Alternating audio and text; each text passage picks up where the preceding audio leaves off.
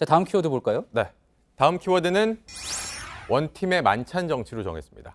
예, 원팀이라고 하면 하나의 팀 이야기하는 것 같은데 어떤 이야기입니까? 네, 이재명 경기도지사가 이 친형 강제 입원 문제와 관련해서 대법원 선고를 앞두고 있습니다. 2심에서는 당선 무효형을 받았는데 이 관련해서 민주당의 전해철 의원이 대법원에 탄원서를 제출했다는 내용이 전해졌습니다. 이 지사가 경기도에 반드시 필요한 정치인이라면서 선처를 해달라라는 내용의 탄원서입니다.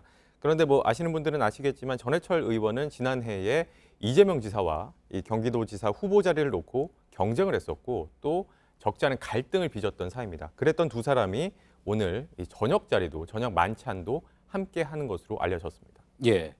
자, 그러니까 선거 때는 지방선거 때는 서로 격렬하게 싸웠지만 이제는 다 화해했다.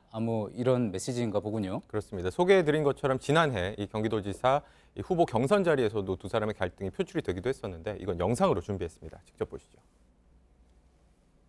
그 계정에 이 후보의 가족 중에 한 분의 아이디 또 전화번호, 이메일 주소가 동일하다는 겁니다. 의혹을 해소하는 것이 고발을 아시겠다? 하셨으니까 수사기관이 수사한다니까 밝혀지겠지요.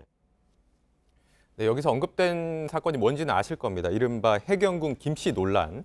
문 대통령과 전해철 의원을 비방해온 소셜미디어 계정의 주인이 이재명 지사의 부인이라는 논란이었죠.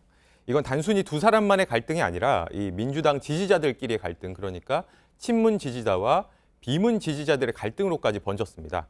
그랬던 두 사람이 오늘 만찬을 함께하고 또 전해철 의원은 이재명 지사를 위해서 탄원서까지 쓴 겁니다. 예. 자, 이 시점에 두 명이 만나고 또 만찬을 하고 했었던 것.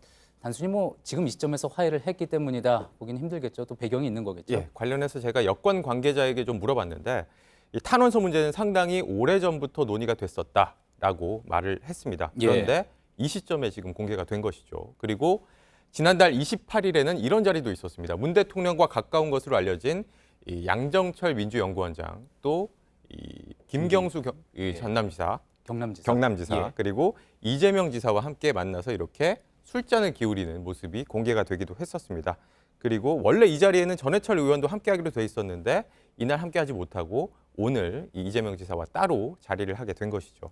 이달의 만남의 배경은 이런 걸 텐데요. 최근에 민주연구원이 이런 보고서를 낸 적이 있습니다.